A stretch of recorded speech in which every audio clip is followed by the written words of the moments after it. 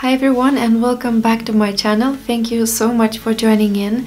In today's video I wanted to give you 5 minimalist tips. I hope that these tips will be beneficial for both those who just are discovering minimalism and those who decided to live minimalist lifestyle but need a little push and inspiration and just refreshment in their choice. And I just wanted to highlight this fact that this is a choice in lifestyle. So some people choose to live more cluttered life. Some people don't really care about it. It's not a big deal for them, and that is also fine. But just keep that in mind that whichever way you live is your choice. Just be aware of that. I think this is one of the main things to develop, is to maintain the awareness of your choices, because very often we become shopaholics, or we just bring unnecessary things, or we just keep unnecessary things in our homes without being aware of that. Once you choose to minimize and simplify your life and you decide to declutter, there are a couple of things that I suggest you to take a look at. Very first tip that I have for you to start minimalist lifestyle is to start small and continue in a small step. I know that some people choose to have drastic change and they get rid of a lot of things and they just want to change there and then, and that is also fine. But oftentimes people who do that, they find themselves throwing too many things and getting rid of some memories that later on they regret getting rid of. And it's important to be aware of what you're doing. Take small steps and see how this change affects you. Let it sink in. Minimalism can bring quite a big change in your life, so you need to be ready to welcome that change. So making small steps is probably more beneficial approach than drastically getting rid of everything. So for example, you can start from easy areas. For me, easy areas were such as clearing my wardrobe, clearing your shoes, junk drawer, or towels and linen also is quite easy. My friend recently messaged me that she was decluttering and how well she felt after decluttering session. It really feels great. You feel much lighter and easier in your space, but decluttering also happens in layers. That's what I saw from my own experience. It took me roughly 2 years to declutter and to have my home in a state that it is now. I feel that we choose one area and we declutter our wardrobe, and after some time we realize, well, I perhaps didn't do enough. I can get rid of more things. There are some things that I just was holding on without no reason. So my tip number 2 to start minimalist lifestyle is to get inspired and keep being inspired. So if you choose this minimalist lifestyle, it's a good idea to follow people who are also interested in that and share their experience. So perhaps you can join some Facebook groups or watch some YouTube videos. And I love watching declutter with me videos. I have done a couple decluttering videos myself, so you can go through my videos and search if you like something,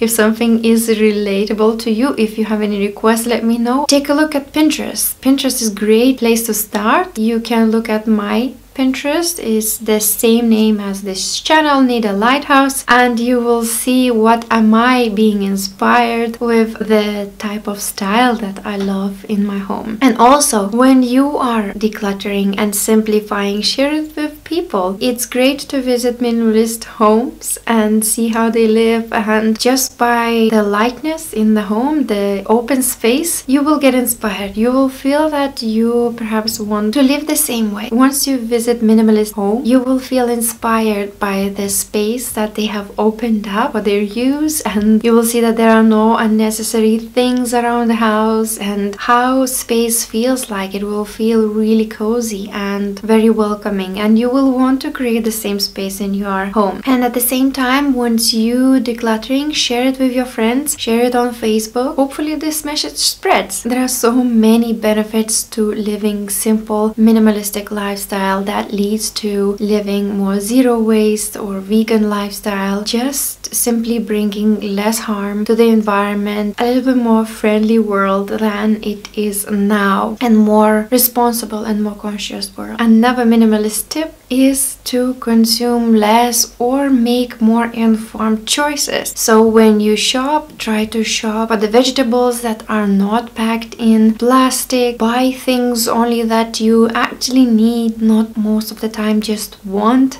because that's what happens. Usually we buy more things than we want than what we need, and most of the time the items that we want, we after some time no longer want, because we just have change in mood or style changes, and those items become clutter in our homes. You can also look at green lifestyle, because that's also related to minimalism, and see how you can lead zero waste lifestyle that relates to trashing less of our planet and our environment. My suggestion is to extend the minimalism and extend the simplicity beyond your home. So that relates to transport as well. Maybe you don't need to own 2 cars, or maybe you need no cars at all, and you would be fine just using bikes or walking. Think about it. If you have a shop next to your home, if it's 5 minutes drive, maybe you can just walk those 10 minutes. Think about investing in a slow fashion. When you're buying clothes, look at the fabric. Best fabric to buy obviously is cotton. That will last you longer. Or buy clothes from the brands that you trust and that will last you longer. Maybe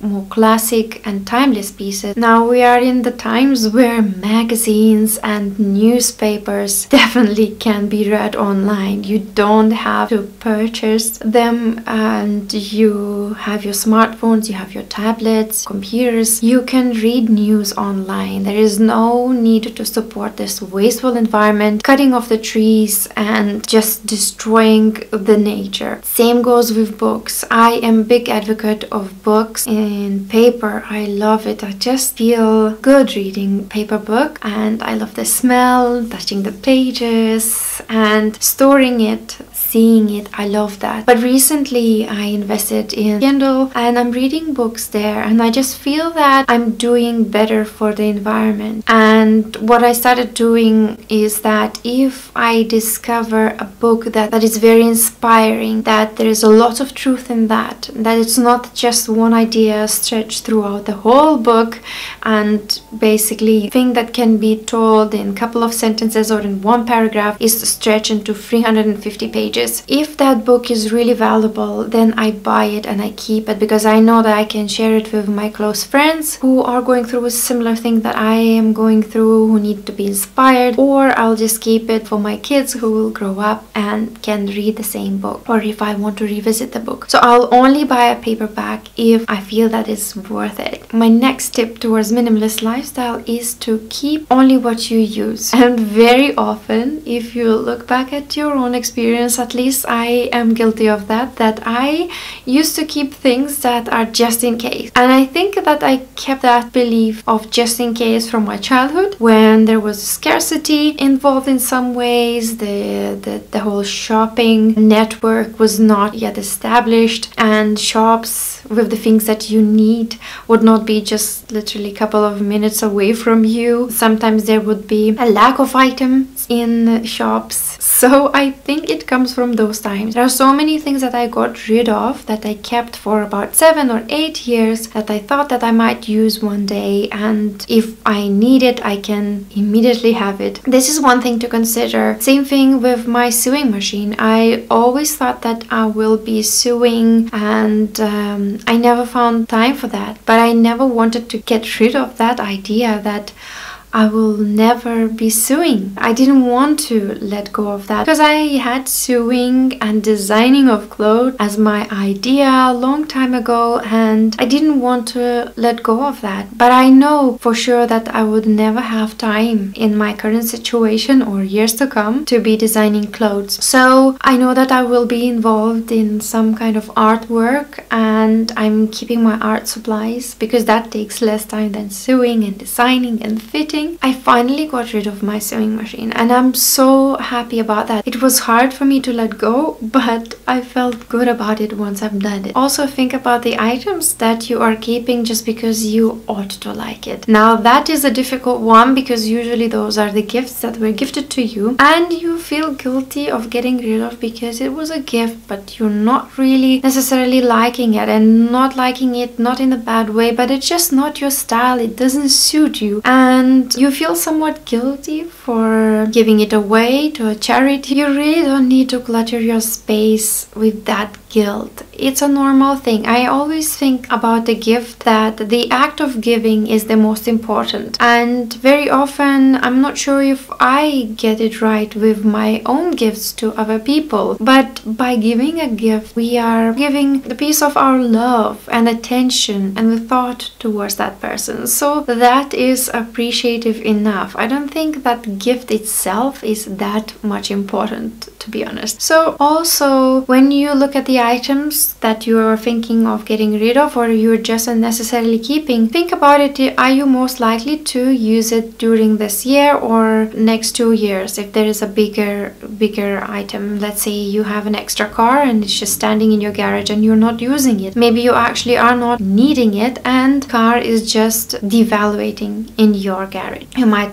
want to sell it and invest the money in something else. And my last tip for today towards minimalist lifestyle: if you want to start living minimalist lifestyle and you want to simplify, take action. Stop procrastinating, because this will not take you anywhere. It's very important that we start taking responsibility for our lives, for the surroundings, and for the way we live, for the choices that we make. And once you take that responsibility in account, and you don't have to blame the situations, the people, of how your life turned out to be. If you are living in clutter, you might think that, well, half of these things were gifted to me and other half I just had to keep it because I wasn't sure where I'm going in my life. We tend to cling on to our stuff and make plenty of excuses as to why we're not wanting to get rid of it. But if you really take responsibility and stop procrastinating, it will be easier for you to move forward from there and really evaluate your situation. So I hope that these minimalist tips were useful for you, that you will take it into account and action it. So thank you very much for joining, and I will see you in my next video soon. Bye bye for now.